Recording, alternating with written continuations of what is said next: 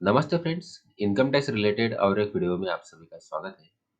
कई सारे लोगों का कहना होता है कि हमें शेयर्स और म्यूचुअल फंड से डिविडेंड मिला है, लेकिन उस डिविडेंड की अमाउंट काफ़ी कम है।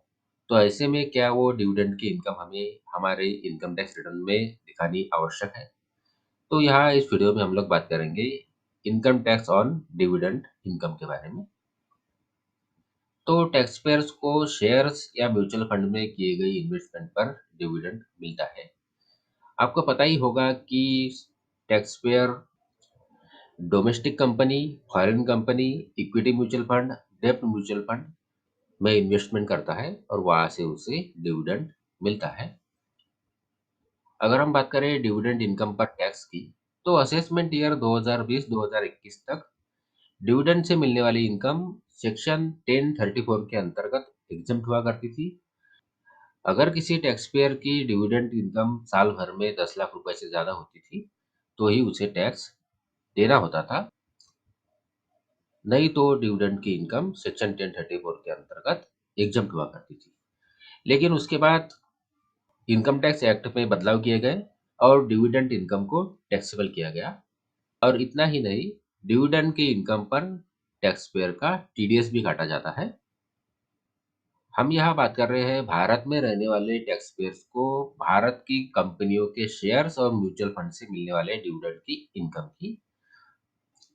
अगर कोई व्यक्ति शेयर ट्रेडिंग करता है और उसे शेयर्स पर डिविडेंड मिलता है, तो ऐसे में उन व्यक्तियों को मिलने वाली डिविडेंड इनकम को बिजनेस इनकम माना जाएगा और बिजनेस हेड की इनकम के अंतर्गत उस इनकम पर टैक्स लगाया जाएगा।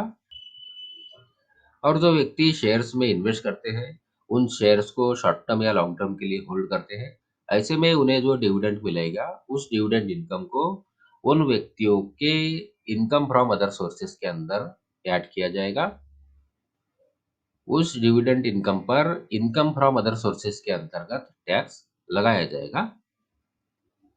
इनकम टैक्स एक्ट के सेक्शन 194 के अंतर्गत अगर कोई इंडियन कंपनी किसी इंडियन शेयर होल्डर को साल भर में 5,000 रुपए से ज्यादा डिविडेंड देती है, तो उस डिविडेंड से उस कंपनी को 10% के रेट से टीडीएस काटना होगा। उसके बाद ही डिविडेंड का पेमेंट करना होगा। तो अगर किसी टैक्स पेयर को साल भर में 5,000 रुपए से ज्यादा किसी एक कंपनी से डिविडेंड मिलता है, तो उसके ऊपर 10% के हिसाब से उसका टीडीएस भी काटा जाएगा। और अब अगर हम बात करें कि डिविडेंड इनकम पर टैक्स का रेट क्या होगा, तो रेसिडेंट टैक्स पेयर को इंडियन कंपनी से जो डिविडेंड मिलता है, उस डिविडेंड के ऊपर जिस टैक्स स्लैब के अंतर्गत टैक्स पेयर की इनकम आती है, उस टैक्स स्लैब के हिसाब से टैक्स लगाया जाएगा। तो अगर किसी टैक्स पेयर को डिविडेंड से इनकम मिलती है, तो उस इनकम को भी उसे अपने इनकम टैक्स रिटर्न में ऐड कर लेना होगा। क्योंकि टैक्स पेयर को डिविडेंड से जो इनकम मिलती है, उसकी जानकारी इनकम टैक्स डिपार्टमेंट के पास पहले से ही होती है, जिसे आप आपके एनुअल इंफॉर्मेशन स्टेटमेंट में देख सकते हैं। जो भी कंपनी या म्यूचुअल फंड कंपनी डिविडेंड देती है, उसके बाद उस कंपनी को डिविडेंड की जानकारी एनुअल इंफॉर्मेशन स्टेटमेंट फाइल कर कर इनकम टैक्स डिपार्टमेंट को देनी होती है।